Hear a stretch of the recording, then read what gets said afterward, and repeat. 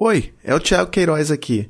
Olha, antes de começar esse episódio, eu só queria fazer um pedido muito especial. Aproveita que você vai ouvir a gente agora no Tricô de Paz e já começa a responder a nossa pesquisa. É muito importante pra gente saber a sua opinião. Então vai lá em paizinho.com/pesquisatricô e responde pra gente. Agora vamos seguir com esse episódio aí.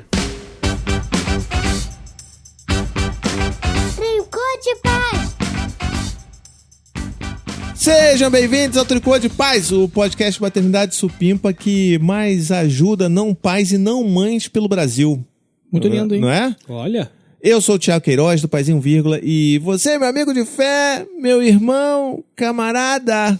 Não, eu não sei nem o que dizer. Ainda bem que não é um episódio de canto, né? É porque assim, na verdade isso não é sobre... Essa música não é sobre amigo, mas eu queria... Tem a parte do irmão, entendeu? Entendi. Continua aí, vai. Aqui vem Tudo Livre, Semana Supimpa. Que Thiago Berto constrangido demais pra tentar falar qualquer coisa.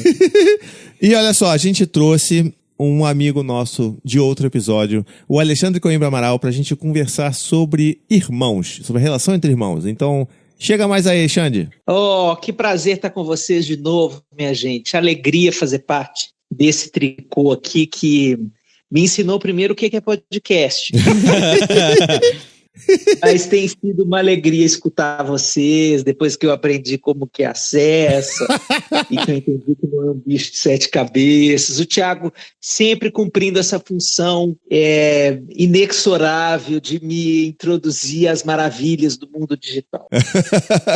Se tudo der errado, eu posso abrir um SOS Computadores, né? Porque eu sou bom nisso.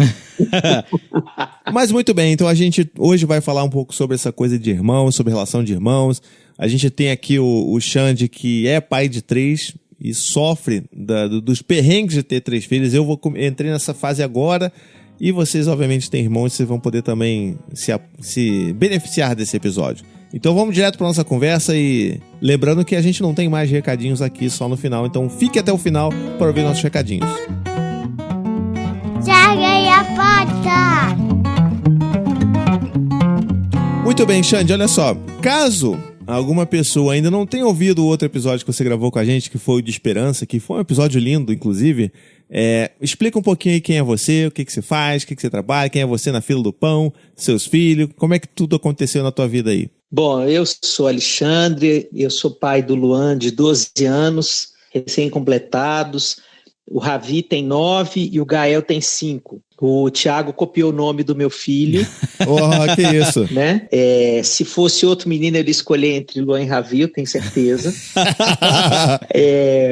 Mas a gente é amigo há muitos anos e eu sou psicólogo e transito aí pelas áreas de família, casal, medi um grupo terapêutico de homens aqui em São Paulo, faço um monte de coisa e também participo do programa Encontro com Fátima Bernardes, a cada 15 dias, às quintas-feiras, falando de tudo. A gente fala de tudo ali naquele programa, falando sobretudo com pautas relacionadas a direitos humanos, respeito, e estou muito feliz de fazer isso também. Mas sobre esse tema de ser pai de 3, para mim é um tema identitário. Assim.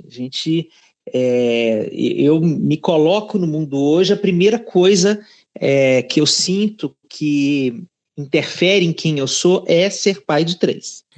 Porque acho que é muito diferente de ser pai de 1 e de ser pai de 2. Tem uma diferença enorme nisso. Eu não sei o que você já tem sentido disso, Ti. Cara, tem uma diferença muito grande, assim. Eu até fiz um texto recentemente, assim, ali entre o período entre... Os fatos, eu amei o texto. Que bom que você gostou. Eu escrevi ele justamente entre o nascimento da Maia e o aniversário do Dante, né? Porque ela nasceu 24 de novembro e o Dante faz aniversário 11 de dezembro. E já naquele períodozinho ali, aquela 1 semana, 2 semanas ali, eu já me percebi como eu sou um pato em forma de pai, tá ligado? Que é tipo assim, Você tem 3 filhos e você começa a perceber que de verdade você não consegue fazer nada direito. Você nunca vai conseguir atender as necessidades de todos os seus filhos, sabe? E eu senti isso muito no parto, inclusive, que foi o que eu escrevi no texto. Que era essa coisa assim, tipo, eu queria estar junto da Anne enquanto a Maia estava nascendo, mas eu sentia que os meus filhos estavam lá embaixo, eles precisavam de mim também nesse momento, eles precisavam do pai ali. Tudo bem, a gente tinha uma amiga doula que estava, olhando ali os meninos e tal, mas eu sei que eles precisavam do pai, né? Então eu ia pra lá pra baixo. Aí, só que enquanto eu tava lá embaixo, eu também não ficava inteiro com eles, porque eu ficava, caraca, a Anne tá lá em cima, eu queria estar lá. E, porra, peraí, eu tenho que encher a piscina. Então, tipo, eu nunca fiquei completo em lugar nenhum. E foi muito nesse momento que me caiu essa ficha de que eu sou um pato. Eu não sei andar direito, não sei nadar direito, não sei nem voar direito.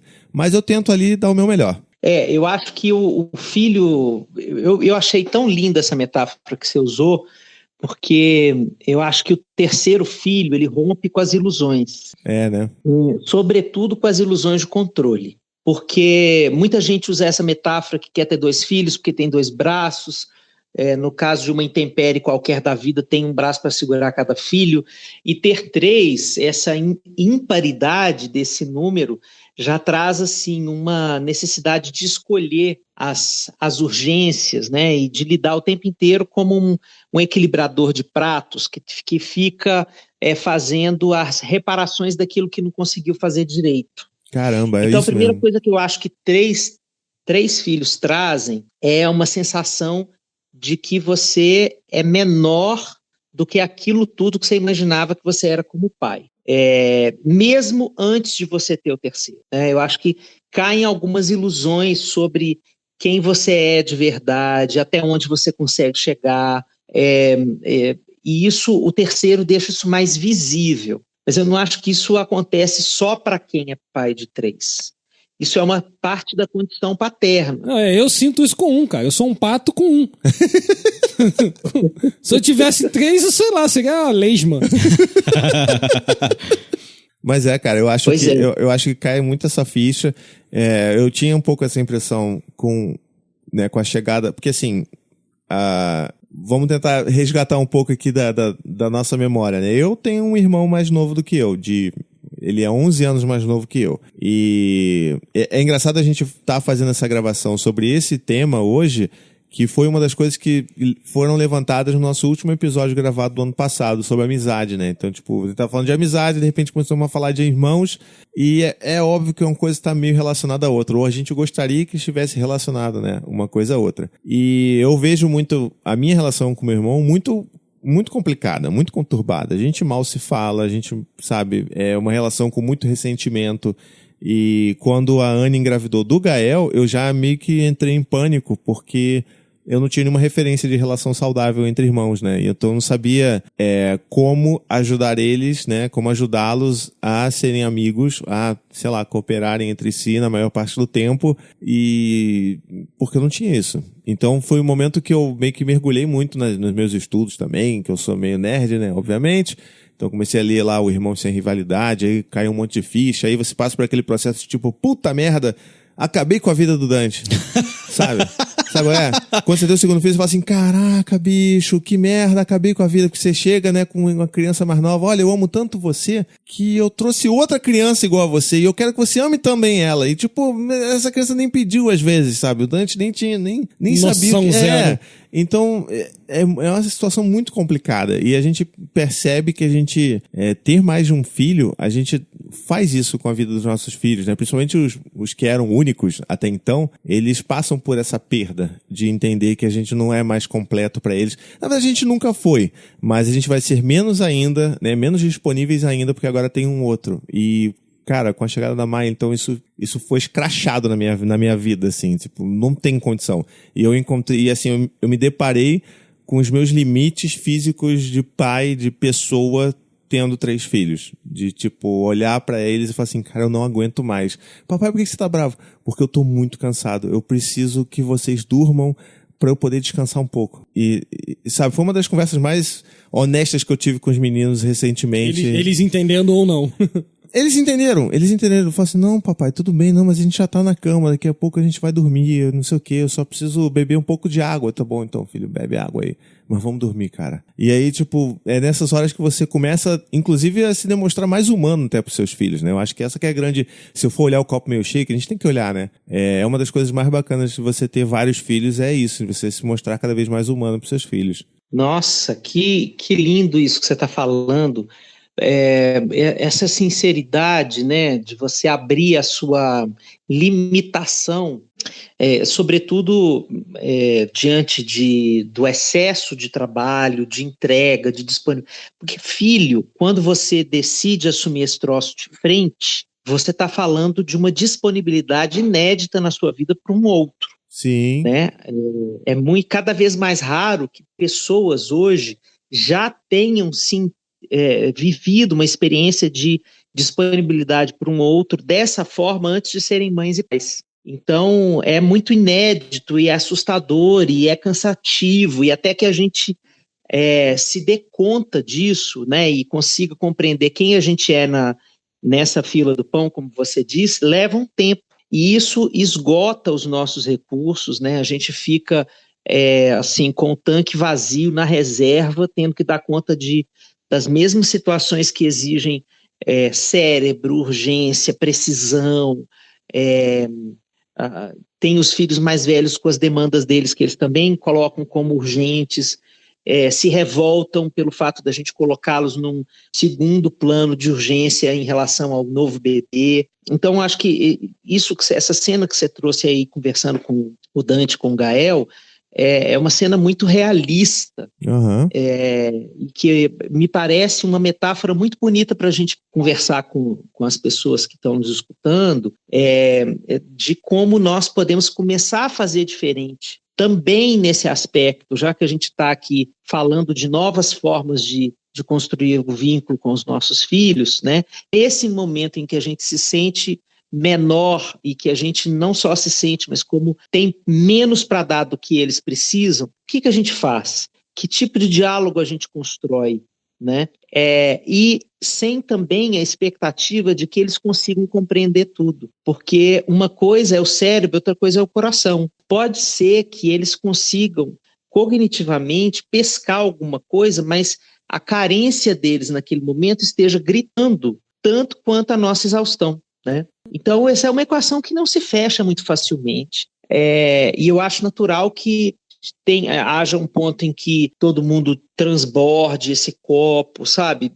Eu acho que a vida com 3 filhos, ela passa por uma experiência muito caótica em muitas situações. Com certeza. Eu não sei se vocês têm a mesma percepção que eu, mas não transbordar, né, no caso, usando as suas palavras. Não transbordar o copo e sempre transbordar o copo são grandes problemas. Não transbordar porque o seu filho acaba te vendo sem defeitos. Acaba te vendo de uma forma meio, sei lá... Irreal quase, né? E se transbordar demais, talvez o teu filho acabe não conseguindo encontrar um parâmetro de racionalidade, de calma, de tranquilidade. De equilíbrio, né? De equilíbrio. Eu acho que a melhor coisa é você se mostrar da melhor forma possível e evitar, né? Quando você chega nesses limites, você tentar suprimi-los. Porque isso tem até uma conversa muito antiga, um podcast muito antigo nosso, que a gente estava conversando, que eu falei do Vitor, que ele falou, cara, que eu não sei discutir direito, porque eu nunca vi meus pais discutindo. É verdade. Entendeu? É mais ou menos isso. Se você nunca viu seu pai puto, né, usando o termo certo, né? Nunca vi teu pai puto da vida, se um dia acontecer, você vai ficar desnorteado. Entendi. Entendeu? Ou então você também não vai saber lidar com esse tipo de emoção. E aí quando você vê que aquela pessoa que te ama, cuida de você, mesmo assim ela tá tendo uma reação, sei lá, fora do padrão, você começa a entender aquela pessoa como uma pessoa mais tátil, mais próxima, entendeu? Não sei, mais aberta a conversar com você, quando você é sincero, fala, pô, filhos, Dante, Gael, eu tô mal, eu não tô bem, eu tô cansado, se vocês não me ajudarem, eu não vai melhorar, só vai piorar. Entendeu? Eles estão entendendo. Você está tendo um diálogo franco com eles. Sim, claro. Entendeu? Imagina, você tá na merda. Você nunca fala para seus filhos que você tá na merda. Como é que eles vão reagir? Eles vão sempre continuar do jeito que estão... Sei lá, o que eles estão fazendo. Sem a conversa! Eu acho que você tá no tom super bom para pensar essa história. Eu também acho que tem que ser nessa linha. Eu acho que existem algumas condições, né? Porque quando a gente fala de dar o nosso melhor, às vezes o nosso melhor é realmente muito pouco. É verdade. Porque a gente tem que pensar assim, 3 filhos saudáveis já é punk. Se a gente começar a pensar em situações que também são parte da vida, né? Quando um deles adoece, ou quando um de nós adultos adoece, por exemplo, se a mãe tem uma depressão pós-parto, entende? Isso aí vai agregando complexidade à história, que também pesa para os ombros do pai e faz com que a gente tenha menos energia para lidar com toda essa situação. Eu só acho que a gente mereça ter compaixão com as nossas próprias limitações, a ponto da gente não exigir da gente mais do que a gente tem para dar. E se a gente sente que o nosso copo está muito vazio, tem que abrir a rede, pedir ajuda e assumir que só o casal não está dando conta dessa complexidade e construir amparo em volta, porque ter filho é um evento social, assim, não dá para a gente se centrar só nessa fantasia de que pai e mãe vão dar conta de tudo, porque isso é uma ilusão também, né? Às vezes os dois estão muito exaustos, muito esgotados, estão vivendo uma experiência difícil, que pode ser desemprego, falta de grana, pode ser doença, pode ser problema com família de origem, a mãe está com câncer, o pai está morrendo, pode ser qualquer coisa que esteja assim como um aspecto mais tenebroso assim da vida e que satura os nossos recursos, né? Mas se a gente for pensar por um lado mais solar da história, do que significa a chegada do terceiro filho, poxa, tem uma circunstância também que é pura alegria, né? Porque eu não sei se você está sentindo assim, Thiago, mas primeiro filho é aquele medo de tudo, né? Medo de não dar conta, medo de não amar, medo de ser o pior ou o melhor. O segundo é o medo de não conseguir amar do jeito que você já ama o primeiro. E o terceiro você vai para a galera. Assim, o terceiro é autolimpante. Assim, você tem a sensação de que você já sabe mais ou menos o que vai acontecer. Então você fica mais tranquilo, menos neurótico. Eu acho também uma experiência muito renovadora e às vezes também dá uma certa culpa de você pensar nos dois maiores e falar assim, puta merda, isso aqui eu podia ter feito de uma forma tão mais simples. Não, né? Eu já pensei muito isso. Reinventando a roda, olha como eu tô mais leve em relação a isso. Sim, não, então estou trazendo com certeza. aqui alguns elementos que eu acho que estão dentro tanto da parte mais sombria quanto da parte mais solar dessa experiência. Boa, não, perfeito isso, porque realmente essa análise é importante para o pessoal não começar a ficar desesperado achando que é só trevas, né? Mas eu acho que trouxe muita leveza, assim, a Maia, porque é isso, a gente olhava assim, porque a gente faz com ela hoje para cuidar dela, para lidar com ela, e a gente olhava com o Dante e falava assim, caraca, sabe... E tudo, não só no cuidar, mas no coisas que a gente acha que precisava comprar, né? Que todo mundo fala, e não tinha que ter um enxoval e não sei o quê. Desde do carrinho até, sabe, até o berço, que a gente nunca usou com ele. A gente já sabe que não vai ter isso, né?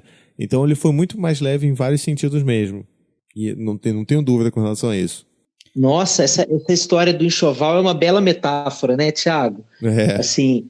como a gente fica mais leve, em amplo espectro, né? Só uma curiosidade aqui, eu tava pesquisando. Opa. Um ponto muito, muito curioso. Victor Fun Facts. Victor Fun Facts. Que eu tinha lido uma reportagem, tava pesquisando aqui, ver se eu achava ela, ver se era verídica mesmo. Mas é verídica. Estudo revela que ter 3 filhos é mais estressante que 1, 2, 4 ou mais. Que isso, cara? Não faz isso comigo. Sério? Xande, me ajuda, Xande. Não, interessantíssimo. Meu irmão, é porque de 4 pra cima você já tá morto. Você já morreu por dentro. Mas é isso mesmo. Até o terceiro filho, você ainda tenta rolar os pratinhos. Tenta fazer funcionar, tenta manter. A partir do 4 você vira, foda-se. Se não for autolimpante, vai ficar cagado. É muito isso. Eu lembrei claramente agora de uma família. E eu acho que também o terceiro filho traz uma coisa muito legal, assim. A minha experiência com o terceiro filho é uma coisa muito linda, assim. Eu acho que o terceiro filho, ele também, muita gente estuda essa história de como é o perfil do terceiro filho, né? Por exemplo, a antroposofia fala muito disso, mas que o terceiro filho traz um jorro de consciência assim sobre os outros dois, né? O terceiro filho conversa muito com os outros dois. sobre como eles estão sendo na vida. Ele transforma o primeiro num filho muito grande, né? Porque o terceiro olha para o primogênito assim com um olhar de devoção, e o primogênito olha para o terceiro de uma forma tão entregue, né? Que ele começa a descobrir que história é essa de ser grande, de verdade. Fica tátil pra ele. Cara, eu percebo isso já agora com a Maia com 1 mês de vida só. Eu fico cutucando a Anne me cutuca quando isso acontece. Assim, em vários momentos do dia, o Dante tá parado, sei lá, vendo TV com a gente. E aí a Maia tá no colo e ela tá, tipo, embasbacada olhando pro Dante. Só pro Dante, olhando pro Dante, assim. Aí o Dante levanta, vai pro outro lado, ela acompanha com a cabeça, assim, e vai continuando olhando. E a recíproca é verdadeira. Ele chega e fica babando, e fica pedindo pra pegar no colo, e é completamente apaixonado. Não, porque eu amo muito a minha irmã, amo ela pra sempre e tudo mais. Eu sei que na frente eles vão brigar a beça, né? Mas é bonito ver essa relação e como que ele tá crescendo mesmo. É muito lindo. Lá em casa aconteceu a mesma coisa. No dia que o Gael nasceu, o Luan virou o irmão mais velho. Assim, foi imediato. Imediato, de querer colocar no colo, né? Mais pra frente, a gente morava na Bahia, com um calor retado.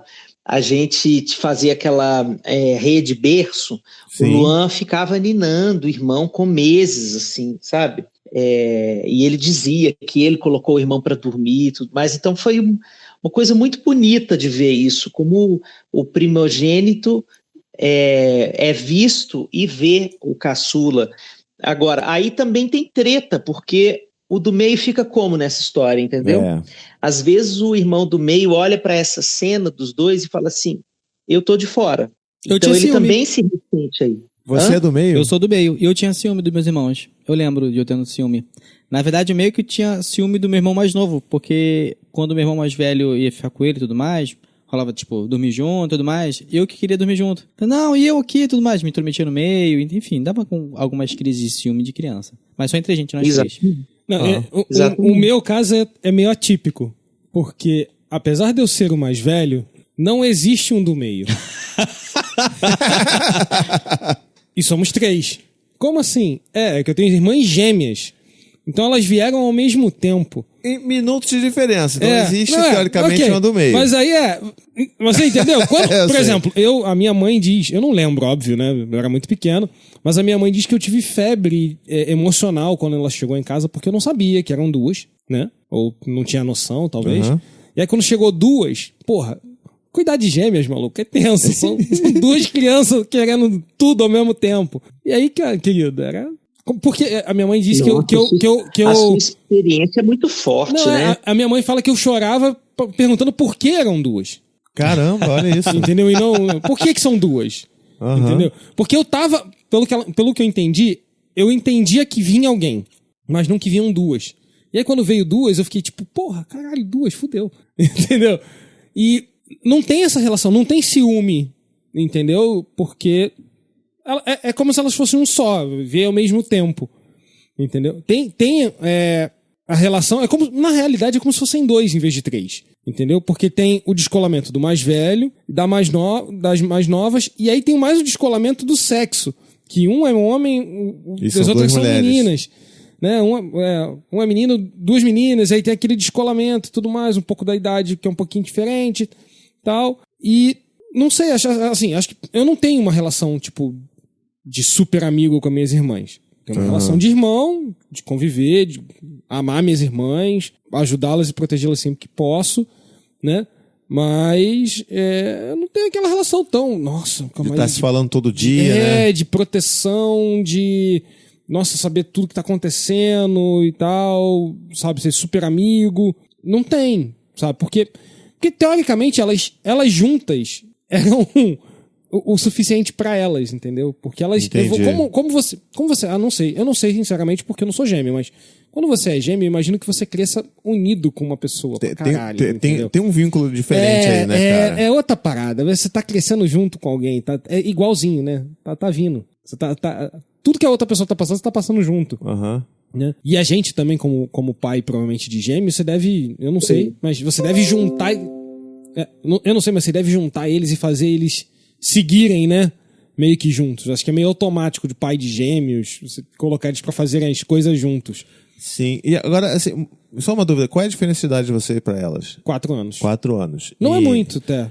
Não, mas a minha dúvida era, em algum momento você também era colocado num papel também de cuidar delas? Porque eu lembro que assim, você já falou várias vezes que vocês ficavam sozinhos. Sim, não, o que acontece? Chegou uma época da vida da minha mãe que nenhum dos dois pais, nem meu pai, nem o pai delas, que são pais diferentes, morou com a gente e cuidou de ninguém. Eu não sabia que eram pais diferentes. São de pais diferentes. Tá. Mas chegou uma hora que a minha mãe precisava trabalhar, eu estava na escola, elas também, e aí elas estudavam na mesma escola que eu, então quem era o responsável por esperá-las, né, mesmo que eu tivesse saído mais cedo da escola, alguma coisa, era eu que tinha que ir lá e levá-las para a escola. Levá-las para a escola e trazê-las para casa. E cuidar delas, teoricamente, em casa, durante aquele período, enquanto a minha mãe não tinha chegado ainda. E depois eu comecei a trabalhar muito jovem, então eu virei pai, né, provedor. Entendi. Na real. Virei provedor de grana e tudo mais, e aí, pior ainda, me descolei mais ainda, porque eu não parava em casa, não tinha aquele vínculo de brincar, porque já tinha acabado pra mim, com 15 anos isso tinha acabado, entendeu? Elas ainda eram crianças, ainda estavam brincando, se divertindo, curtindo a vida de criança, né, de 11 anos de idade, e eu não, tava trabalhando. Pois é, porque eu acho que esse contexto familiar, na minha opinião, o Xande acho que pode contribuir até melhor, né, mas eu acho que esse contexto familiar, ele pesa mais nesse distanciamento de você e das suas irmãs do que o fato de elas serem gêmeas. Sabe? O fato de você ter recebido esse peso da responsabilidade de cuidar delas. Cuidar delas, porque era isso ou a minha mãe ia ter que surtar. Sim, eu não tô responsabilizando a sua mãe, mas eu acho que é uma justificativa, era falta de opção. Né? Era falta de opção, entendeu? Mas, e assim, na realidade, por motivos de coincidência, eu não tinha contato diário de muitas e muitas horas com as minhas irmãs. Como assim? É porque a minha mãe, por sorte, conseguiu colocá-las em colégios integrais. Então elas estudavam de 6 às 6. E aí eu estudava meio período, chegava em casa, então, tipo, não tinha ninguém. Eu ia curtir a minha vida de criança com os meus amigos. E elas estavam no colégio. Aí quando elas chegavam em casa, já era a partir da noite. E aí era um outro momento do dia, sabe? Tipo, você não estava mais na hora de brincar. Não tinha mais sol lá fora, não tinha pra onde correr, não tinha o que fazer. Aí era basicamente brigas dentro de casa, cara. O seu programa de televisão, brincar com as suas coisas e tudo mais, até jantar e tudo mais e dormir. Então, era a minha interação com as minhas irmãs. Entendeu? Durante muito tempo. E quando a gente chegou no momento que elas não estudavam mais em colégio integral, eu tava indo trabalhar. Entendi. Entendeu? É basicamente isso. Acho que tem essa questão, assim, tipo... Eu imagino que irmãos sejam muito ligados. Os meus irmãos mais velhos, né, que eu convivi depois de mais velhos, que são filhos do meu pai... tá confuso agora. Me perdi aqui, cara. É filho pra caralho. Game of Thrones filho aqui. Pra caralho, é muito, né? Teoricamente eu sou o bastardo, eu sou o Jon Snow. Então, tá. Só pra avisar aqui, teoricamente até porque você nunca sabe nada mesmo, né? Exatamente. Mas eles são muito ligados, entendeu? Porque eles têm poucos anos de diferença, viveram juntos durante muitos e muitos anos, vivem próximos ainda, moram, tipo, um do lado do outro numa vila, entendeu? E brigam, ok. Tipo, meu irmão mais velho e minha irmã mais velha não se falam, mas moram a 2 casas um do outro, entendeu? Mas tem a relação deles, entendeu? Eu não tenho essa relação com eles também não têm essa relação comigo, eu também não tenho essa relação com a minha irmã mais nova, por parte do meu pai. Caralho, cara. Que eu basicamente vi 3 vezes na vida, entendeu? Então, eu tenho muitos irmãos que eu não tenho basicamente relação nenhuma, tirando as minhas irmãs gêmeas, que eu tenho essa relação de responsabilidade, na real, com elas. Entendi. Sabe? Na realidade, eu tento... eu não sou irmão, eu sou o cara que tenta ajeitar a vida delas e sem tentar influenciar, né? Chegar e falar se tá fazendo isso errado, mas você tenta, mas quer ajuda nisso? Vamos tentar ver aquilo, vamos fazer essas coisas e tal, Ela já chegou uma época em que elas me pediam conselhos e faziam, né? Tipo, o que você acha e tal... Hoje em dia elas já estão adultas, então hoje em dia elas tocam a vida delas do jeito que elas querem e é isso. Isso tudo que você está trazendo é uma história complexa que eu acho que a gente pode tomar isso como um exemplo de como esses arranjos entre irmãos, depois que você tem o segundo, né, e já começa a entender que isso não é uma matemática exata, na hora que vem o terceiro, isso fica ainda mais claro. Isso depende de inúmeros fatores, mas você, quando tem 3 filhos, você não sabe qual vai ser o tipo de interação que eles vão desenvolver, porque na hora que o terceiro chega, ele transforma a relação dos outros 2, que já estava estabelecida numa certa dimensão, mas esse terceiro ele não entra, digamos assim, respeitando, entre aspas, respeitando absolutamente o jogo que já está estabelecido, entendeu? Ele vem buscando o espaço dele. Exatamente, ele vem buscando o espaço dele, ou ela, né? Nós estamos falando da Maia aqui também. Tem uma parada interessante porque o Noah, o meu filho, ele é o meu único filho. Mas, teoricamente, ele é o terceiro. Porque como eu morava junto com a minha cunhada e ela tinha 2 filhas, ele foi o terceiro a vir e eles moravam todos na mesma Essa casa. Então, grande, dentro do nosso conceito de família, ele era o terceiro. Nossa, que Entendi. legal. Entendeu? Que legal. E aí, tipo, eles estão agora em São Paulo todos juntos e ele é o terceiro total. Ele entra pra destruir completamente a relação da Olga e da Liz, porque ele quer estar ali, entendeu? Elas têm uma relação estabelecida. Sim, e ele sim. quer estar junto delas pra fazer tudo. Sim. Entendeu? E aí elas já não estão acostumadas. Elas perderam essa coisa do convívio quando se mudaram. E ele ainda quer estar lá e quer participar das coisas. Entendeu? Ele ainda é o terceiro ainda, mesmo de longe. Total, não, verdade. É muito legal. Eu acho que o terceiro filho, uma das coisas que ele tem me trazido como aprendizado, né, na minha paternidade, é assim, como ele vem questionando as interações entre os outros 2. Ele faz umas pontuações inacreditáveis sobre os outros 2. E ele fala com os irmãos, diretamente, sem precisar passar por nós. Sim, acho que isso tem a ver também com o tipo de criação que a gente dá, a liberdade, né, que essa nossa geração aí tem construído na relação com os filhos, né? Então eles ficam mais ousados para falar essas coisas, sem devaneios, né? Vão direto ao ponto. Então ele tem feito algumas pontuações que os outros 2 ficam assim, cataploft. Assim, o que é que esse menino está falando sobre a gente? Às vezes reagem de forma reativa, como cabe a 2 crianças, mas às vezes eles ficam assim impressionados com as coisas que ele está falando, sabe? Então isso também eu acho lindo, tenho aprendido muito com isso. O que ele fala, por exemplo? Porque os meus 2 filhos mais velhos, eles são super treteiros entre eles. Eles não têm uma relação muito linear, não. Eles são muito divergentes na forma de ver a vida. Eles olham para a vida de formas muito diferentes. Então, as escolhas deles, os tipos de programas, as preferências, o que eles querem viver da vida, o que é importante para um não é importante para o outro e vice-versa. Então, eles estão sempre num debate que não é leve, não. Às vezes tem cores de Almodóvar mesmo. E aí, o terceiro vem e ele fala coisas como, por exemplo, nossa, vocês me cansam. Caraca, bicho! Nossa, só. Vocês me cansam, assim, ele fica cansado de estar do lado, assim, às vezes no carro, né?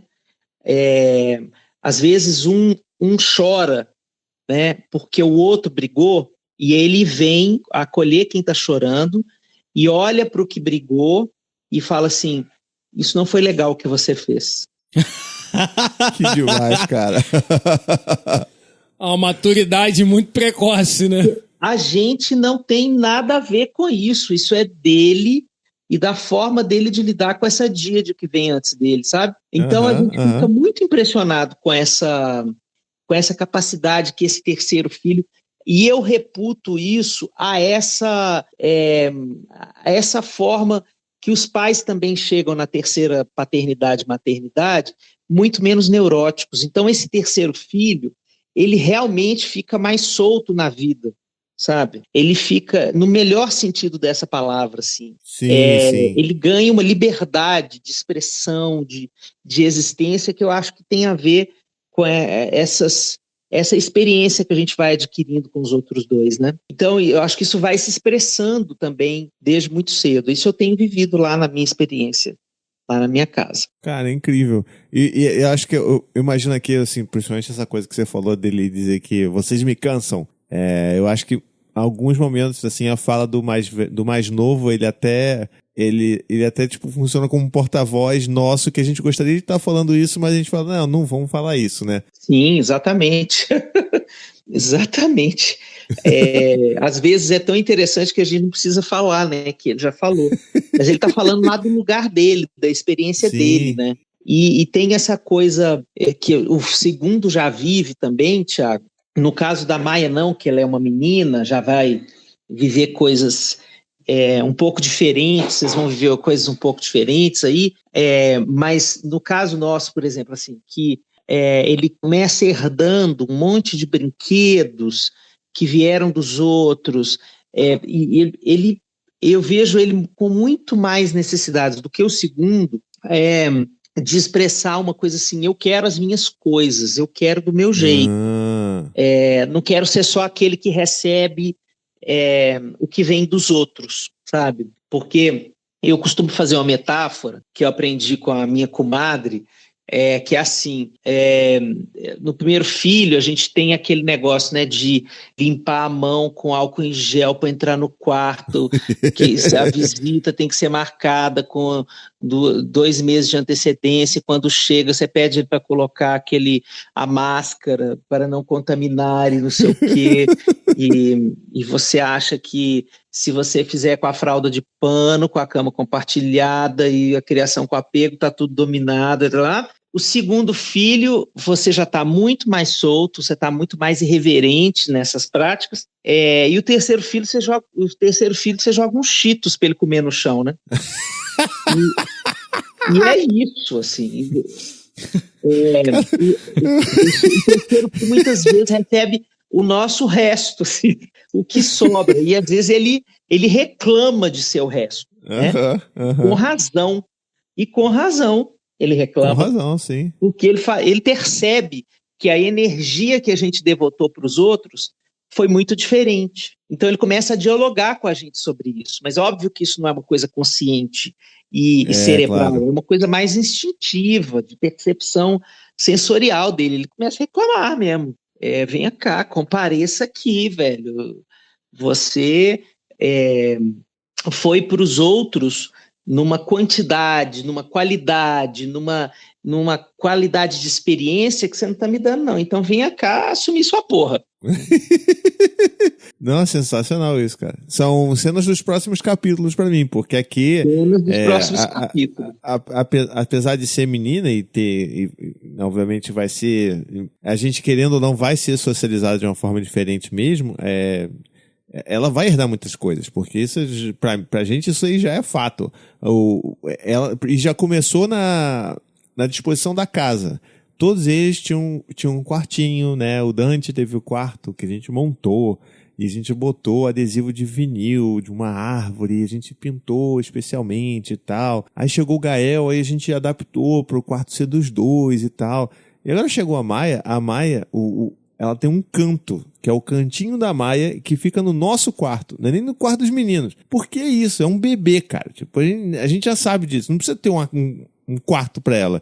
Então ela vai ter um cantinho que se resume basicamente à área que é restringida por uma cômoda, que é a cômoda que tem as roupinhas dela, e fica ali numa parede. Aquela parede tem alguns enfeites ali que a gente mudou, e que tem um flamingo ali, que tem uns cactos ali, que caracterizam o cantinho da Maia. Então, tipo, os outros tinham... O Dante começou com um quarto, e a Maia agora tem um cantinho. Eu tenho certeza que isso ainda vai voltar pra morder a bunda da gente.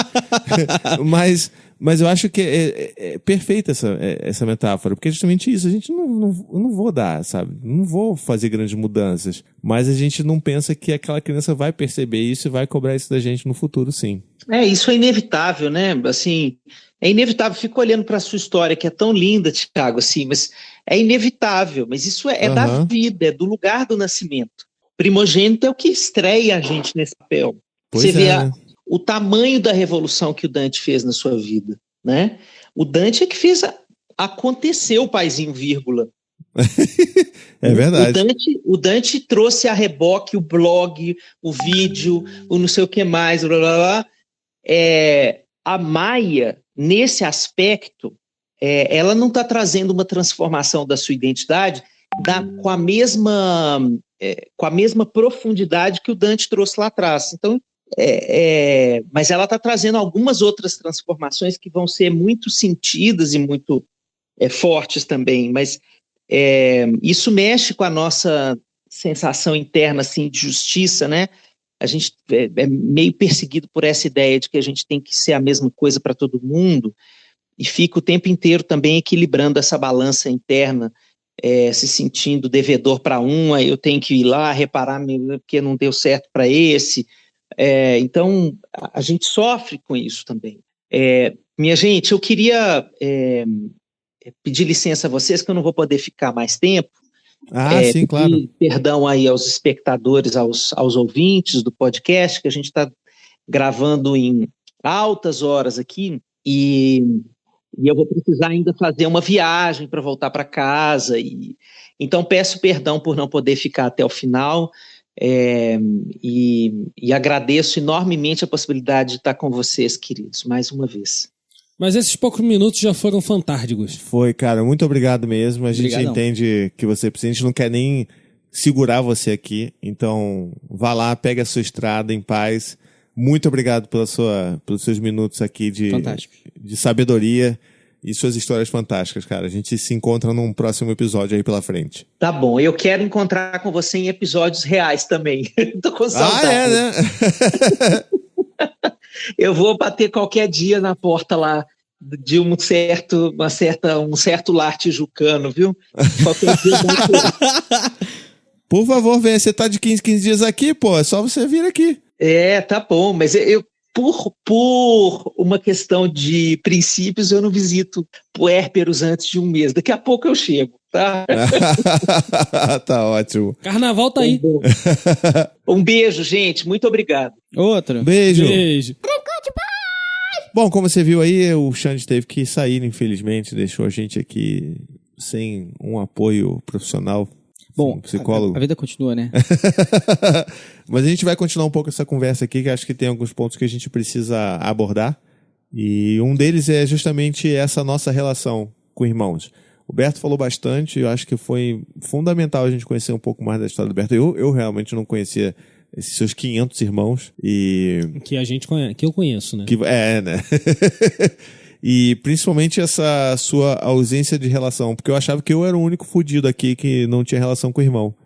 Zero. Então me sinto abraçado pela sua história. Por mais que isso seja uma coisa ruim, mas eu agradeço. Não é ruim. Quando a coisa não existe, você não sente falta, ruim, né? Exatamente. Tá certo. E você, Vitor?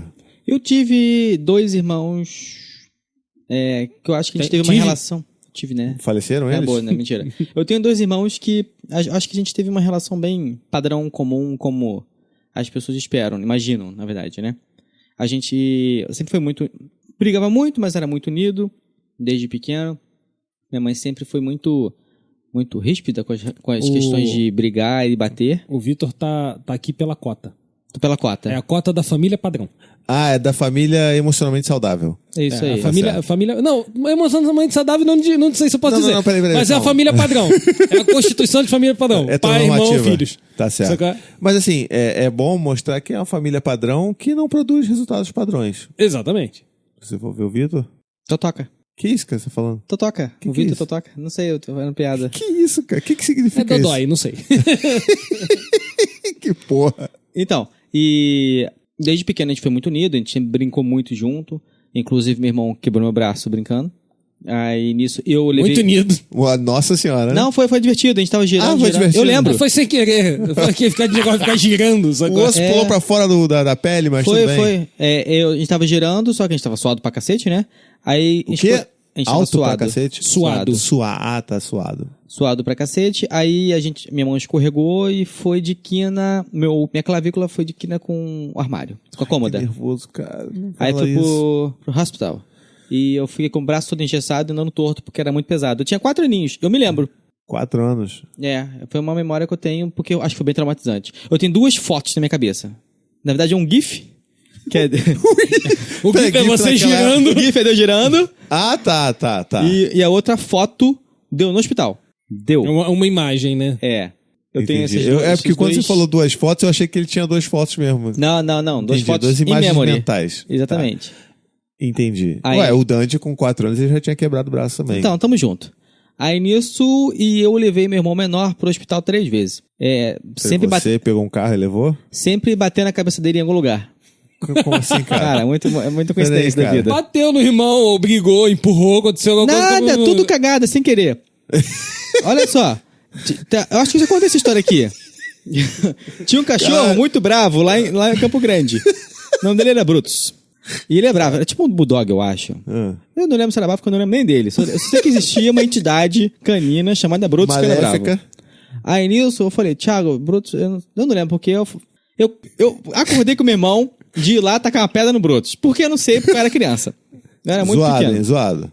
Aí nisso, eu acho que eu tinha menos de 6 anos. Eu não lembro, ou 6 anos. Uma coisa assim. Se eu tinha 6, ele tinha 4, 3.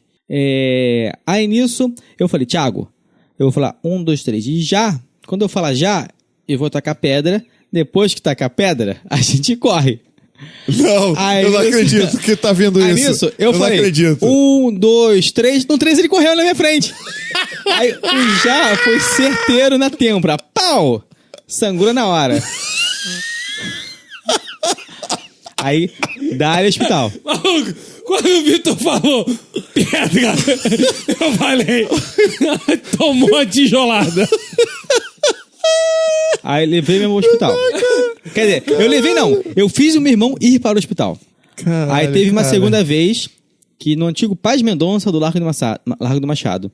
Pra você ver como é O que, antigo. que é Paz Mendonça? Paz Mendonça. Mentira, que tu não se lembra. Paz Mendonça era um dos remanescentes do supermercado chamado Casa da Banha.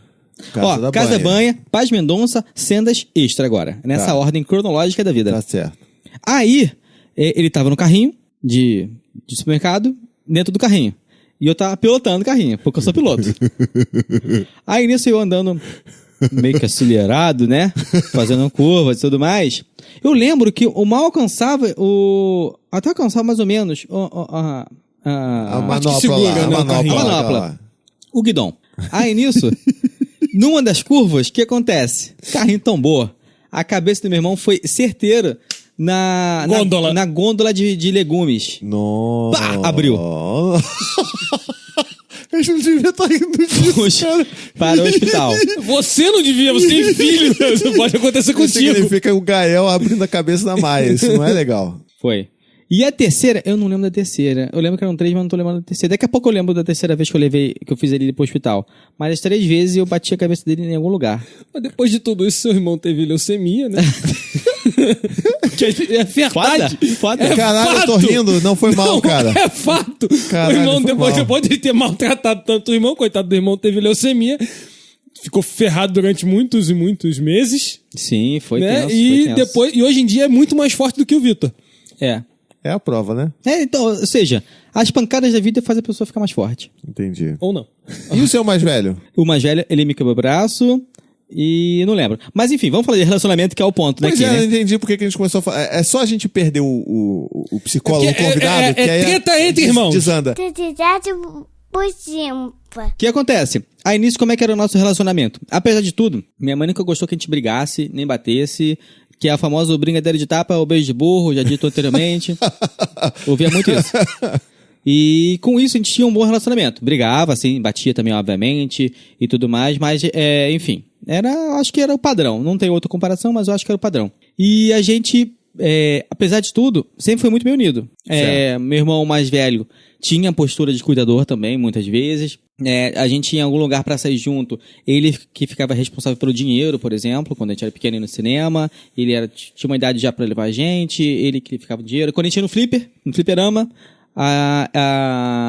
ele que ficava com dinheiro. Eu ia lá só pra jogar. Ele controlava, dividia certinho. E teve muito essa relação de cuidar. O mais novo tem aquele estereótipo de ser cuidado por todos. Certo. Acabava sendo mais mimado.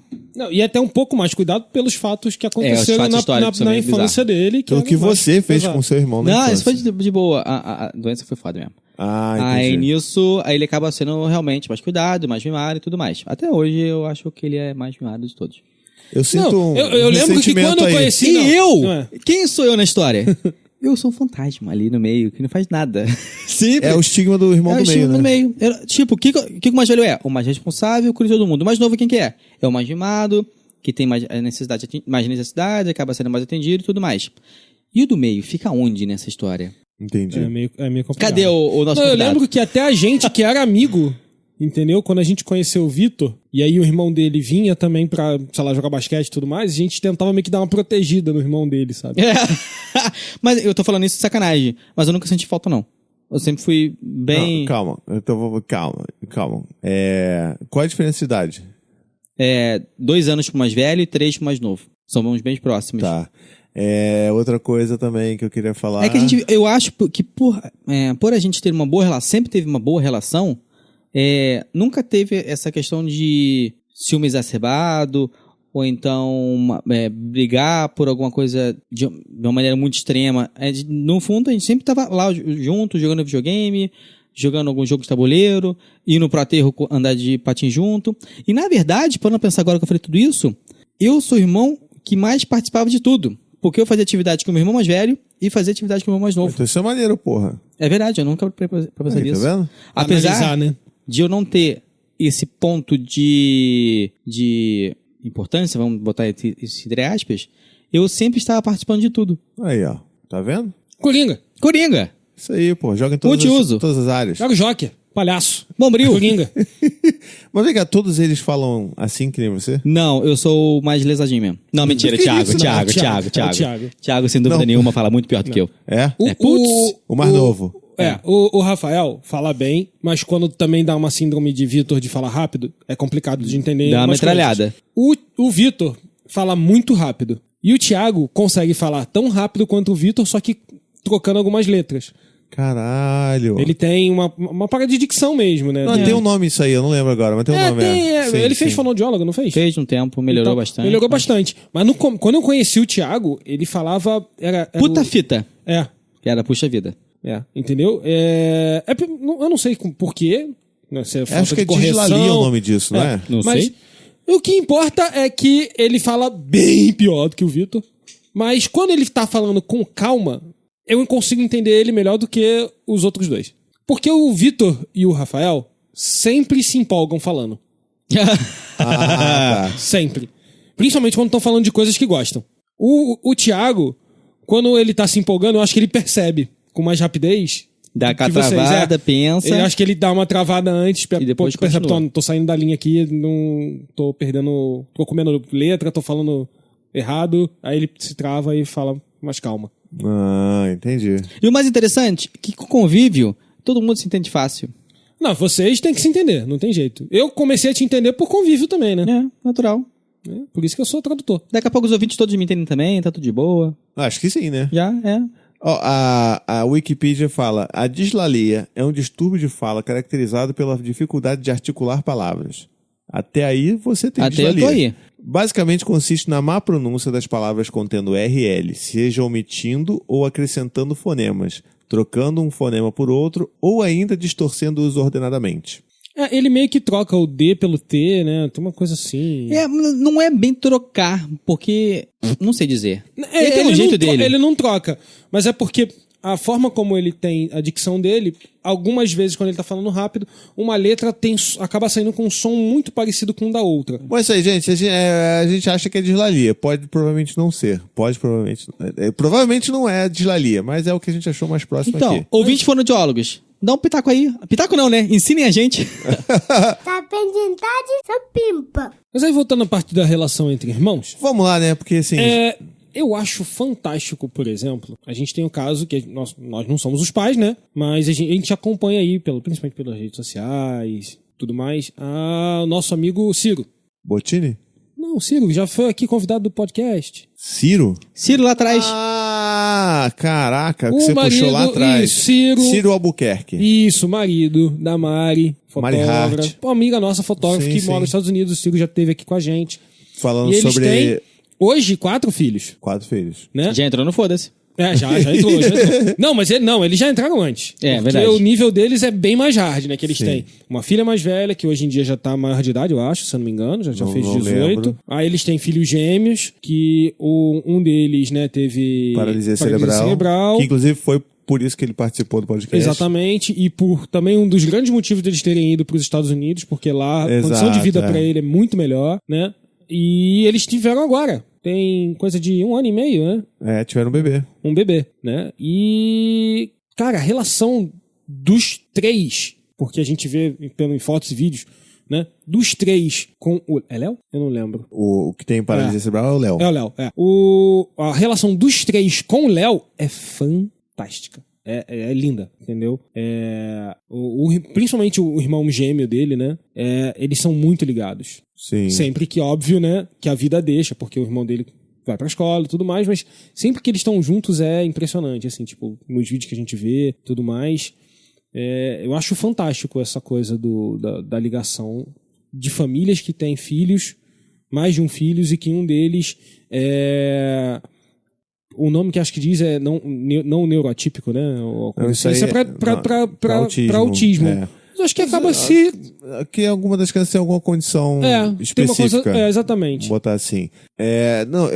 Eu acho também que é muito lindo, mas acho que também é legal a gente não romantizar. Assim, nem é nosso lugar pra conversar sobre isso. Não, é só porque eu acho que mas é legal também acaba gerando nos outros irmãos uma condição uma união, muito mais do forte. Cuidado. Exatamente. Eu só acho que tem que tomar cuidado, porque acho que não já é o nosso lugar aqui... de fala, mas acho bonito. Eu estou criando aqui como observador. Opinião. Não, eu sei, é porque eu acho que já até um dos convidados falou isso, assim, que...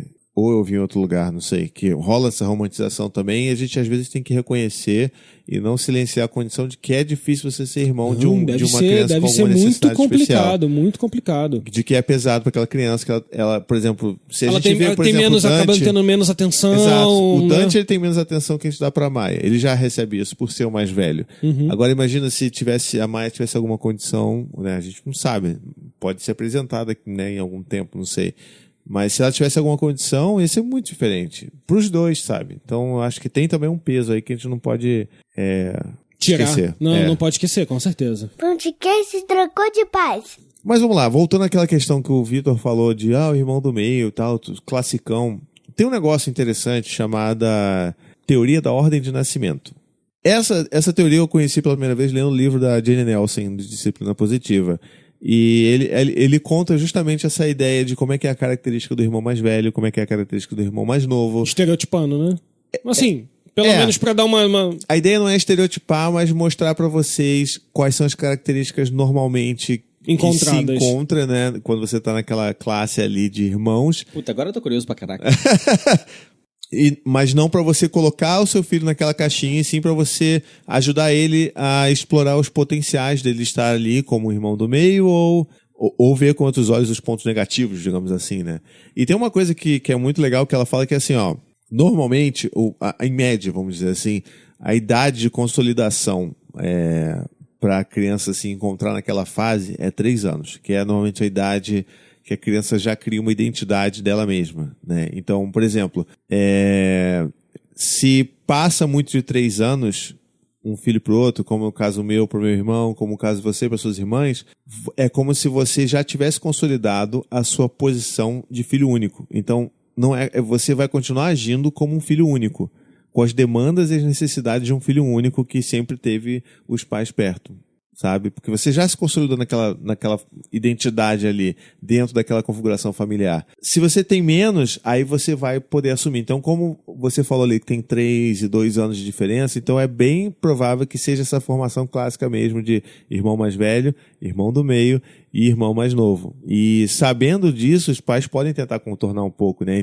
Tentar, na medida do possível, abraçar um pouco mais ali o que o irmão do meio ali ele precisa, identificar um pouco as necessidades dele, respeitar ou ajudar ele a construir um pouco a autonomia, porque ele vai estar sempre ali no meio, dividindo no meio do campo. Então, dá pra gente ajudar se a criança tá nesse rótulo aí, nesse papel. O caso do Dante aqui, do Gael, por exemplo, o Dante, ele é o irmão mais velho, ele não se tornou um irmão único, um filho único, porque ele tem uma diferença de 2 anos e 3 meses pro Gael.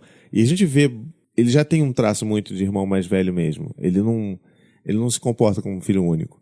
O Gael, pra Maia, tem 3 anos e pouco aí, 3 anos e 8 meses. Então, eu vejo que ele tá aí na fase de morfar né, porque o Dante já era o irmão mais velho, então ele continua o irmão mais velho, mas o Dante já tá na fase de morfar, o Gael já tá na fase de morfar ali para um irmão do meio, e eu percebo às vezes ele olhando pro Dante, pra Maia com certos ciúmes, sabe? E fica tentando se enfiar no meio. Então eu sei que é uma coisa que eu vou ter que trabalhar para ajudar ele a elevar né, a autonomia dele, a individualidade dele, mostrar para ele o que ele gosta, que ele pode construir um gosto específico para ele mesmo, e acho que isso vai contribuir bastante. Você acha que contribuiria se fosse assim com você? Não sei dizer, mas faz sentido. Não é? Faz sentido. E é muito curioso isso, porque assim, se fosse uma distância muito grande do Dante, por exemplo, vamos lá, digamos que a gente tenha esperado mais 5 anos para ter a Maia. Aí, teoricamente, de acordo com essa teoria de ordem do nascimento, a gente teria um filho mais velho e 2 filhos mais novos. Ou mais novos, não sei. Mas... Porque o Gael não conseguiria perder a condição de filho mais novo. Não, ele já formou a identidade que ele é o filho mais novo. Então ele seria também filho mais novo para sempre. Ele não andaria para essa fase do filho do meio. Interessantíssimo. Entendeu? Muito doido isso, cara. Mas você pode mostrar pro Gael que, teoricamente, ele também é o mais velho que a Maia. Sim, entendeu? não, o que a gente fala pra ele é isso, que ele é o mais velho do meio, porque ele não quer ser o irmão do meio. Ele já renega isso. Mentira! É sério, eu não gosto de ser irmão do meio, não sei o quê. Aí, tipo, a gente fala, não, você é o irmão mais velho do meio. O Dante é o irmão mais velho. Você é o irmão mais velho do meio. Aí ele fica... Muito foda. Espera só a lógica chegar. Mas é muito bom, assim, ver ele reclamando o crescimento dele, a autonomia dele. Hoje, por exemplo, a gente levou ele pra fazer aula experimental de jiu-jitsu, que tem aqui pertinho de casa. Que legal. Aí levei os dois lá pra fazer. Cara, a primeira coisa que ele falou quando ele chegou lá com o professor, falou: eu não quero que ninguém me chame de bebê, eu não gosto que ninguém me chame de bebê. Assim, na lata. E aí o cara, gostei de você, Gael, aperta a minha mão aqui. É isso aí. Que aperto de mão forte, não sei o que. O cara já sacou, ele tem filho pequeno também, depois ele me contou. Mas achei incrível, sabe? Ele já chegou clamando esse espaço dele. Não, eu não sou um bebê. Porque ele já tinha mapeado que ele provavelmente ali era o mais novo da turma, né? Porque ele só tem 3 anos. Mas ele já chegou, tipo, eu não quero ser bebê, eu não gosto disso. Então, tipo, ok, vamos lá então. Então é muito bonito ver esse crescimento também. Faz 4 anos quando que eu esqueci? Faz 4 anos em março. Daqui a pouquinho. Mas é engraçado porque quando você fala essa parte do já se estabeleceu, por exemplo, eu comecei a ter convívio com os meus irmãos mais velhos quando eu tinha uns 12 anos. Certo. Né? Mas eu era o irmão mais velho. Sim. E aí depois eu virei o irmão mais novo. E eu era muito mais novo. Mas isso meio que na teoria, né? Você nunca sentiu assim. Como irmão mais novo? É. Sim, porque eu era muito mais novo. Entendi. Entendeu? Então eu não consigo. Eu era mais velho na minha casa, mas quando eu tava na casa do meu pai, que eu encontrava os meus irmãos, mesmo que eu quisesse, entendeu, ter autonomia, eu não conseguia ter. Porque eu não era tão mais velho quanto eles. Eles eram maiores de idade. Entendeu? E aí. E tem essa questão. Talvez se eu tivesse, sei lá, se eu tivesse 6 anos, eles 12, talvez. Ok. 8. Mas eu era adolescente, comecinho da adolescência, e eles já eram mais velhos, saíam de noite, curtiam a vida, essas coisas. Mas até os 3 anos você tinha esse contato com seus irmãos? Porque pelo até que eu entendi, Isso. até do 0 aos 3 você forma a sua identidade. Então, não, nunca tive. Então você tinha a personalidade mais velho. Exato. Isso. Mas quando eu encontrava com eles, eu não conseguia assumir a responsabilidade, a personalidade do mais velho. Por causa daquele contexto. Exato. Porque é isso. Então você ficar deslocado, inclusive. Isso. Com certeza, então, com certeza. beleza. Eu me sentia tipo, caralho, que você eu tô era fazendo aqui? forçado ao lugar de mais novo. Entendeu? Que Tipo, você caralho, não tinha. o que eu tô fazendo aqui, sabe? Entendi Tipo, agora. não, você não pode você, não, Thiago, não, deixa que eu faço aqui, porque... Quem é você pra mandar que eu faço? Toma no seu cu. Eu sou mais velho? Sabe qual é? Tipo, Toma no seu cu. sabe, tipo... E aí isso ficou mais engraçado depois que eu fiquei adulto, né? Que eu fui encontrar eles, não, Thiago, aquela coisa de eles me tratarem como irmão mais novo, e eu tipo, não, cara. Para com isso, cara, isso é ridículo. Não, chega. Não faz isso não, tá errado. Sabe, tipo, até hoje, talvez por essa condição de ser o irmão mais velho, eu me acho mais maduro do que os meus irmãos mais velhos. Entendi. Entendeu? Tipo, pelas escolhas que eles fizeram na vida deles. Mas vou julgar. Posso sim, porque são meus irmãos. Foda-se. São meus irmãos. Você não conviveu com eles? Foda-se. Eu posso julgar. São os meus irmãos. Tem metade do meu sangue. Foda-se. E, sabe, tipo, ok. Tipo, eu não consigo me ver. Mesmo com eles hoje em dia, eu não consigo me colocar como irmão mais novo. Principalmente agora, né? Com 30 anos na cara. Aham. Né? Talvez não é nem a condição de me sentir o irmão mais novo. Eu me sentia deslocado em estar num local que eu não tinha a mesma condição de estar na minha casa. E eu, tipo, pô, caraca, aqui é um ambiente diferente. Eu não posso fazer as coisas que eu faria. Entendi. Entendeu? Tipo... E sei lá, também porque eu tava num lugar que era meu pai, mas eu tava também conhecendo ele, de certa forma, né? Tava começando a ter convívio com ele. Então, tipo, eu tinha mó cagaço de abrir geladeira, pegar as coisas, sabe? Tipo, aí meus irmãos moravam com ele, né? Tinha lá e fazia e tal. E aí também tem a diferença grande de idade, né? Tipo, eu tenho irmão que é, sei lá, 15 anos mais velho que eu. Uhum. Né? Então é complicado. É verdade. Mas eu posso zoar eles, porque eu tenho cabelo. Tá bom, né? Nada contra os carecas. Mas eu posso zoar eles. Porque são meus irmãos. Até porque não seria irmão se não pudesse zoar, né? Tá na regra. Tá na regra. Tá na regra, irmão pode. Agora, isso é um negócio interessante. Só pra gente finalizar aqui a nossa conversa, eu acho que a gente podia falar um pouco de... Acho que até do que eu já estudei também, do que eu boto em prática, porque teoricamente, na prática aqui, quem sobrou da mesa, eu sou o único que tem mais de um filho aqui. Você tem ali, forçando ali a regra... Tenho 4. Forçando a regra, tudo bem, mas vamos colocar assim algumas dicas assim, se você tá aí perdido ouvindo a gente aí, fala assim, caralho, preciso de dica para ajudar meus filhos aqui, eu tenho 2 filhos, como é que eu vou ajudar na criação? Eu acho que a primeira coisa que você pode fazer é desconstruir essa ideia de que os filhos têm que ser iguais, ou que eles têm que ser melhores, ou que um tem que ser bom nisso e o outro tem que ser bom naquilo. Cada um vai se encaixar num seu mundo. Exato. No seu pedaço da família. Exatamente. Enxergue os seus filhos como pessoas, indivíduos, sabe, autônomas e que com necessidades específicas que cada um tem. Esse é um rancorzinho que eu levo da vida. Opa. Porque lá em casa, a gente meio que foi botado em caixinhas. E eu meio que me sentia obrigado a seguir a responsabilidade que me foi dada. Sim. Depois de velho mesmo, eu falei, foda-se, vou fazer o que eu quero. E eu fiquei meio com... Caralho, porra, por que eu não fiz isso antes? Por que eu fui querer... Porque isso é uma prisão fodida, cara. Exatamente. Eu fiquei meio que, caralho, uma sensação de perda de vida que eu tive, que eu poderia ter feito muita coisa antes. Você não podia fazer diferente. É isso que você tem que entender. Você não precisa se culpar e falar assim, caralho, por que eu não fiz isso antes? Porque você não tinha como, tá? Existe uma coisa quando você... Mas não muda o fato que eu perdi tempo. Ah, sim. Você pode lamentar por isso. Mas não se culpe por isso, entendeu? É diferente. Enfim, vamos fazer o seguinte. Não faça isso com seus filhos. Não faça isso. Deixa eles fazerem o que eles quiserem na vida. Não bota eles de caixinhas. Só porque ele usa óculos não quer dizer que ele tem que ser o porra do mais inteligente, cara. Exatamente. Ou que porque o outro é mais esbelto, que ele vai ser bom em esporte, o outro vai ser bom em música e o outro vai ser bom nos estudos. Isso não existe. Não cria estereótipos. Sabe por quê? Porque as crianças, elas têm aquelas 2 necessidades básicas que a gente já falou no episódio lá de disciplina positiva, de pertencimento e importância. Então, se você bota a criança naquela caixinha, ela vai achar que ela só vai ter valor, só vai pertencer àquela família se ela corresponder àquele rótulo. Então, se você era o cara que tinha que ser supostamente inteligente, você não podia sair dali porque você tinha um medo fudido de não ser amado, de não ser recebido dentro da sua própria família. Então, vamos, por favor, olhar os nossos filhos com suas individualidades, respeitar e ajudar eles a criar, desenvolver novos potenciais. Por que o filho de óculos ele não pode ser bom em esportes também? Por que ele não pode descobrir um outro talento na música, sei lá, em qualquer outra coisa? Então, isso é uma das coisas mais importantes que eu aprendi tendo mais de um filho. Não coloque seu filho na caixinha, senão ele pode virar o Metal Gear... Opa, mas aí é uma coisa boa. Ficar dando susto na galera, mas é saindo de dentro da caixa. Então ficamos combinados assim? Ficamos. Então muito bem, vamos agora para nossas indicações supimpas.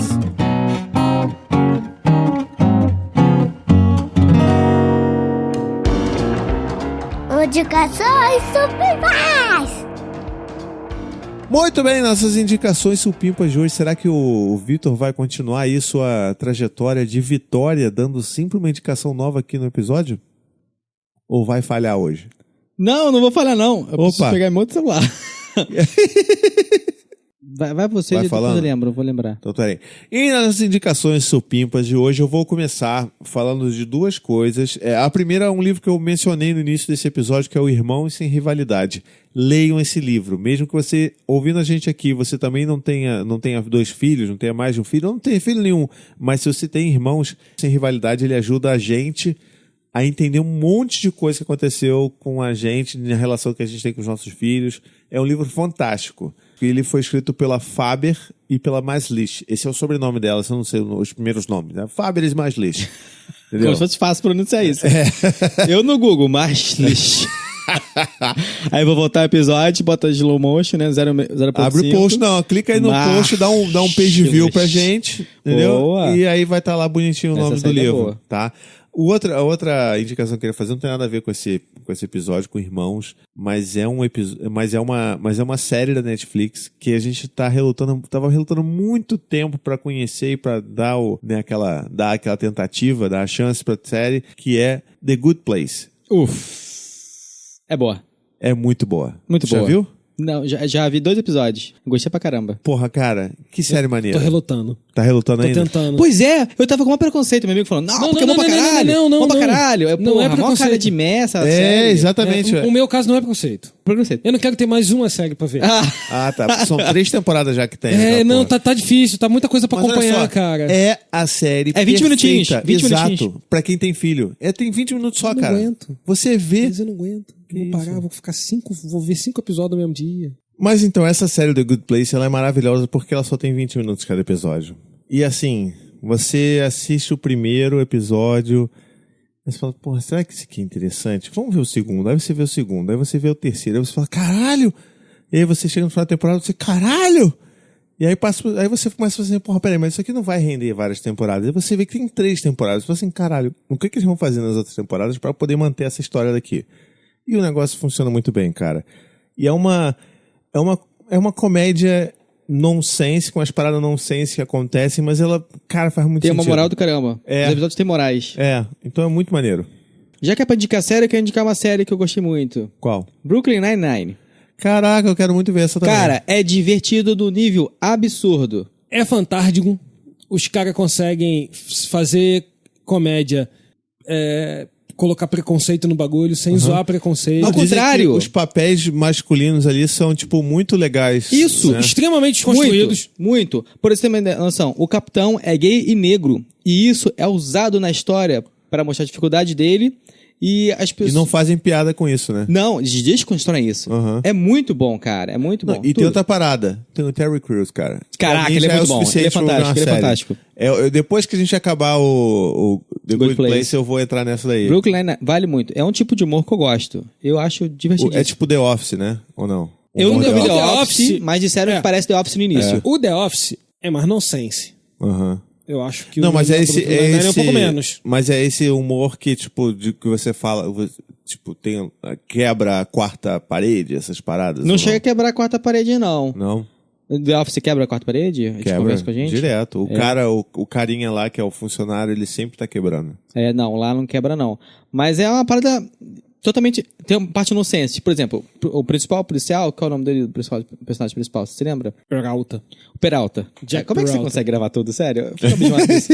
O Jack Peralta, ele é um Ou Jake melhor, Peralta, é não o lembro. foda, tipo, ele é um detetive fantasticamente bom, só que ele tem uma mentalidade de 12 anos. Maturidade absurdamente infantil. Aham. E a série vai mostrando a desconstrução dele para o capitão, o chefe lá, tentando fazer eles não parar de ser maturo dessa forma. Olha que legal. E tem moral na história. Todas as o histórias outro lá, o morais. Detetive Boyle, é um cara, tipo, extremamente emotivo, carinhoso, entendeu? Mas aí é meio que levado como se ele fosse babacão, sabe? Mas, na real, a série não mostra que ele é um babacão, só babacão. Tipo, ele tem muitas coisas, tipo...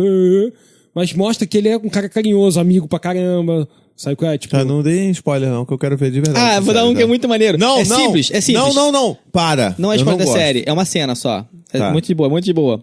Tem a parte do estereótipo, tipo, o capitão é gay, né? E isso não é spoiler, tá? Isso aí já é sinopse. E nisso tem um momento que o Jack Peralta fica perguntando, tá, mas como é que se chama... Que tinha que mandar mensagem pro marido dele, né? Tá, mas como é que se chama o seu marido? Meu amor, paixão, da minha vida... Começa a falar várias coisas que ele fala... Não, cara, eu chamo de Kevin, que é o nome do cara, tipo, você chama sua mulher pelo nome também dela. É normal, igual qualquer pessoa. Tem esses detalhes que eu acho muito divertidos. E é uma piada que sai natural, assim, eu acho bem, bem legal.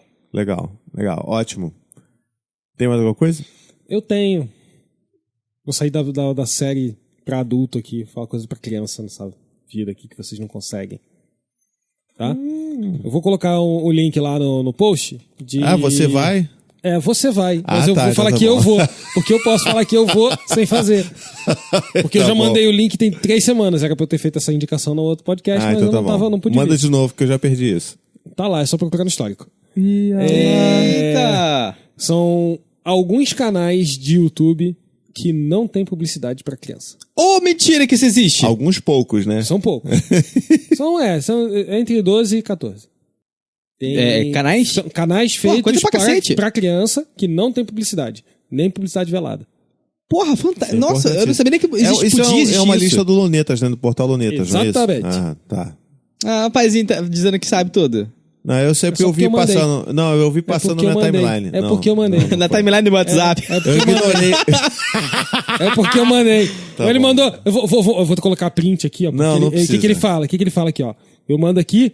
Eu mandei aqui, ó. Ó, é pra recomendar. Ótimo. Ótimo. Thiago respondeu. Você fez Ótimo. seu trabalho. Thiago mandou um ótimo. Por quê? Porque eu não conhecia. Eu não tô disputando nada não, cara. Nem eu. Ótima Mas indicação. eu gosto de zoar. Ah, tá bom. Muito bem, então chega de indicações por hoje, né? É isso aí. Vamos para nossos recadinhos aí. Por favorzinho, ouça os nossos recadinhos. Você já ouviu aqui 2 horas de programa? Ouve mais 5 minutinhos que, porra, ajuda a gente. É isso aí. Recadinhos do Tricô. A gente dá essa paradinha agora no final, né? Você aí que já tá cansado de ouvir a gente, você vai ouvir só mais um pouquinho, porque eu sei que você ama a gente. A gente vai fazer nossos recadinhos agora. E é importante eu ressaltar a vocês, membros dessa mesa querida do Tricô de Paz, que essa mudança que a gente fez foi muito bem recebida. Vocês sabiam disso? Como assim? Mudança de local do recadinho. Isso. Sensacional. Foi muito bem recebido. Eu que nem tava aqui, sei, Vitor. É o que eu tava lendo sobre o jogo. Não prestei atenção no que ele falou. Ai. É bom também a gente falar que nossa pesquisa de ouvintes está indo de vento em popa, né? Muito supimpa. O Vitor fez um cálculo aqui de alguma coisa de erros e como é que tá essa parada aí? Margem de de erro, como é que é isso? Então, vou dar uma de Thiago Berto. Não atingimos a meta para obter uma estimativa de 5% de erro dos nossos ouvintes. Nós estamos trabalhando com a margem de erro de 6%. 6%. Porra, Pra ser 5 tinha que ser quanto? 300 e pouco, 330, 300 e alguma coisa. Vamos chegar aí, gente? Faltam 80. Faltam uns É, 80 aí. faltam uns 80. Então, pô, você tá aí, não respondeu ainda, vai lá em paizinho.com/pesquisa tricô e responde, pô. É uma pesquisa que é um pouco extensa, mas é importante pra gente conhecer vocês. Usa aquele momento que você foi no banheiro, dá aquela aliviada. Criança dormiu, você não precisa dormir, só a criança que precisa dormir. Você vai lá, responde a pesquisa na madrugada. Exatamente. Dormir ou responder? Responder é óbvio, porra. Pô, não é? Pra quê? Dormir pra quê? Dormir pra quê? Você já tem filho, você sabe que não precisa dormir. É a famosa frase, o que você faz entre meia-noite e 5 da manhã? Você responde ao questionário do tricô. Manda e-mail. Manda e-mail. Ouve o tricôzinho. O tricôzinho, tem aquele tricôzinho bonito. Ou ouve o podcast do Nigel Goodman, né? Tá ligado? O podcast dele é o primeiro podcast do mundo, eu acho, que é feito pra dormir. Como Você assim? ouve pra dormir. Sério isso. mesmo? A ideia dele Caraca. fica aqui. Nigel, que é nosso ouvinte. Que é nosso ouvinte, Supimpa. Ih, que legal. Então um abraço aí, Nigel. Fica aí, ouçam o podcast dele, principalmente Que na hora que você for dormir. engraçado. Eu vou testar. Me ouça pra não ouvir. É um paradoxo, É, a maravilha. ideia é, tipo, Me essa ouça pra mesmo. relaxar. Então, bom, vamos lá. Outra coisa que você pode fazer, obviamente, para ajudar esse podcast lindo e maravilhoso é se tornar um apoiador supimpa do nosso podcast, não é verdade? Você pode apoiar a gente com 7, 15, 35, tem os valores anuais. Se você quiser pegar um valor, tipo, pagar logo de uma vez só e ficar um ano inteiro sendo apoiador nosso, você pode fazer também. Você parcela esse valor, inclusive. Só tem alegrias aqui, não é verdade? Eu só vejo felicidade. Você pode também, tipo, depositar 1 milhão e ser para resto da vida. Opa, aí sim, né? Aí, pô, até adota Leva o até o Thiago. Caraca, ao mesmo tempo. Leva os dois. Por 1 milhão, leva os dois. Leva os dois. Então, ó, você, inclusive os planos anuais, eles são bacanas, que dependendo do valor, você ganha um cupom de desconto equivalente ao valor de uma camiseta na loja do Paizinho, que custa R$50. Então, pô, vale a pena, hein? É verdade. Aí, ó. É tipo aqueles bares que você entra pagando 50 conto, mas você pode gastar em consumação. Tá. De vantagem. Tá bom.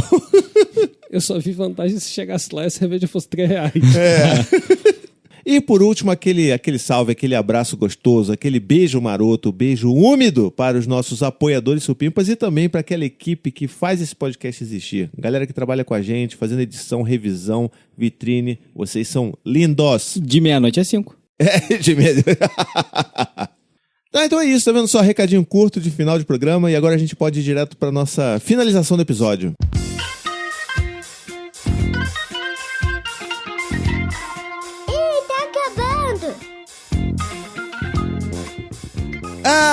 Está acabando o nosso programa, né?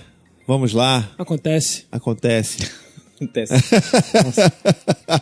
Mas sabe o que acontece também nesse momento? A hashtag. Que tá prometida desde o último episódio, que foi uma merda a hashtag. Isso, eu não sei fazer hashtag. E agora o Berto precisa tomar esse lugar que lhe é de direito. Acabamos de falar o episódio inteiro de não botar as pessoas na caixinha. O que a gente faz, Thiago? Vai fazer hashtag, caralho. Só você sabe fazer, porra. Eu já tô aqui, ó. Saindo da caixa. Mas eu não sei, cara. Esse episódio tá ligeiramente complicado pra mim. Mas, sei lá. Hashtag irmãos é mais vida. Não. Já que você não falou nada, eu vou falar então. Hashtag tire os irmãos da caixa. Muito bom. Tá vendo? Na verdade, não sou eu que faço boas hashtags. É a minha presença que emana a possibilidade de surgir hashtags boas na nossa cabeça. Vai meter Humberto entidade. Energia. Então tá bom. Luz, tem mais paz. algum? Não, nenhuma. Ok, então. Muito obrigado. Então vai ser essa hashtag. Eu que criei, não foi coisa de... Foi sim, não. foi energia. E se você quiser falar com a gente, você pode encontrar a gente no tricôdepaz, @paizinho.com. Conta pra gente a sua relação com seus irmãos. E se você tem mais de um filho, como é que isso reflete na criação dos seus filhos? Eu quero que o próximo leitura de e-mail seja bem sobre isso, tá legal? E se você quiser, você também pode seguir a gente lá nas redes sociais, né? Facebook, Twitter, Instagram, tudo /Tricô de Paz. A gente se vê na próxima quinta-feira às 10 horas. Um beijo, até a próxima e tchau, tchau! Isso aí, boa semana, supimpa. Valeu, galera. Vou faltar menos. Espero.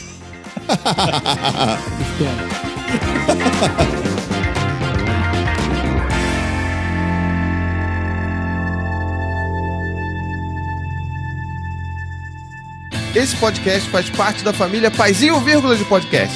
Para mais textos, vídeos e podcasts, visite lá o paizinho.com.